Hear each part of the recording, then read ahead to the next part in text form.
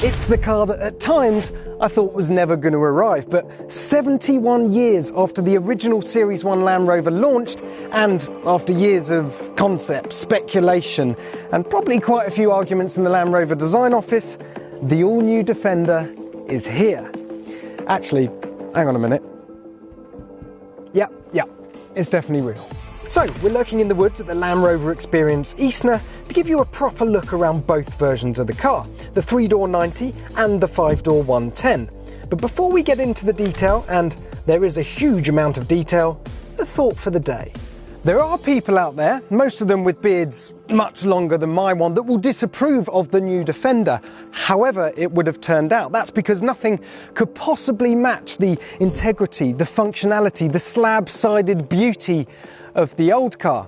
Well, I'm sorry, Farmer Giles, it's charming, the old Defender, but it's polluting, and if I'm quite frank, it's crap to drive. This car will be better in every measurable way and will sell in much greater numbers around the world. And in a way, that was Land Rover's problem with this car, that it had to appeal to the Land Rover faithful, but also bring in new customers for the brand.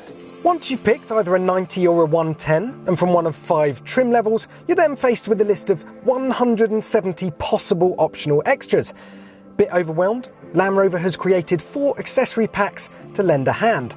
First, the Explorer Pack. Think the full Bear grills, so snorkel, roof rack, mud flaps, roof ladder. Then, the Adventure Pack. More Peak District than Amazon Rainforest, so equipment includes a portable shower and integrated air compressor.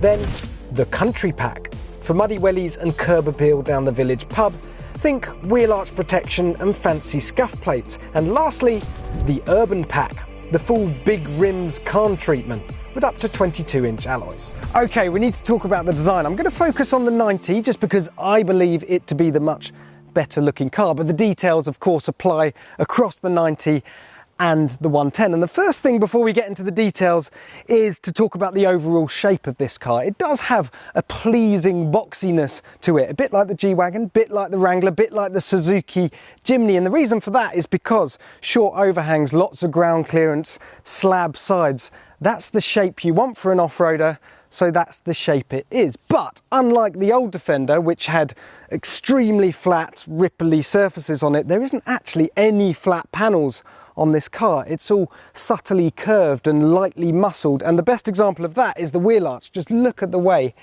this pops out here.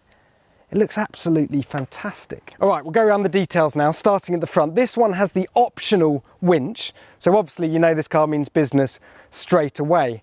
And then you get the headlights. I love these. They look tough, like the car's narrowing its eyes, preparing itself for some sort of assault. But when you get up close, there's lots and lots of fine detailing in there. The bonnet, you've got a bonnet bulge, very nice. And these checker plates up here that come as standard. Come around the side a bit.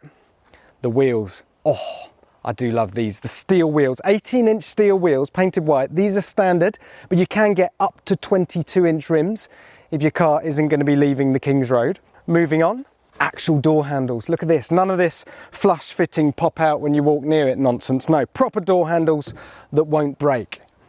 This square here, I think this is going to generate quite a lot of chat. It's called the Signature Graphic. It is optional, so you can remove it if you don't like it, and there's some storage on the other side because it's a Defender. It has to be handy.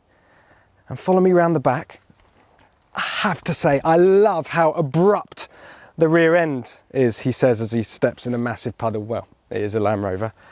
Probably not good for aero, but true to the original and just such a beautiful design feature. Speaking of which, these taillights. So the whole car is designed to excel in off-road environments, but it's got these little jewel-like details, which of course the old one never have. Absolutely love those. And of course a rear hinged rear tailgate, pretty heavy with the wheel attached, but there we go. It has a boot. This is the 90, of course. It's a 5-door model. The 110 over there is a 7-seater. 7 seats are optional, or a 5+2 as Land Rover like to call it, because it's got slightly less space than the Discovery. But wait, there's more, because the Defender has an extra little trick up its sleeve. Now, this might just look like a couple of cup holders here, but actually it's something much more clever. If I lift this up, Look at that. There is the option of a third jump seat in the front. It's a fantastic USP. The last car I remember having that was the Honda FR-V. Just a bit of housekeeping actually. You can have this in the 110, but not if you order the third row of seats. Right, the interior. Any current Defender owner is going to choke on their pint of scrumpy when they see this. Look, I've got buttons, I've got digital dials, I've got another screen in the centre of the dash. It's properly comfortable, this. Look, I can turn the steering wheel without crushing my man bits, and my nose isn't pressed up against the windscreen. The main bones of this interior are this beam that runs right across the dash. A magnesium alloy beam creates this really useful shelf here in front of the passenger, but it's also structural. So these handles at either end, well, you could push or pull the car along with those. I have to say, overall, Land Rover has done a really good job here of striking that kind of utilitarian note that Defender owners want, with exposed rivets on the door, but also with plush modern materials that will appeal to the high-end SUV buyer. Of course, it's insanely capable off-road. Variable height self-leveling air suspension is standard on 110s, optional on 90s. You can control the diffs, select a low range mode for the gearbox, or you can just put it in auto terrain response mode, let the computers take care of it, and watch the magic unfold on the central screen or the head-up display. Just demonstrating the fabric roof here for you.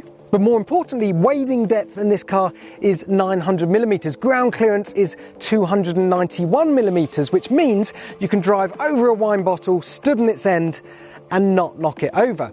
The payload is 900 kilograms, of which you can carry on the 90 model around 120 kilograms on the roof. And if you order the front winch like on this model, well, it can pull itself slowly up a vertical wall. But not while you're hanging out the roof, obviously. Underneath, the Defender is all new. A new aluminium monocoque with fully independent suspension. And to ensure said suspension was tough enough, they repeatedly drove it to the 200mm curb at 25 miles an hour. Engine choices include JLR's new supercharged and turbocharged petrol straight 6 with 400 brake horsepower. Or there's a turbo 2 litre with 300 horsepower, or you can have a 2 litre diesel with 200 or 240 horsepower. A plug-in hybrid will follow a little later too.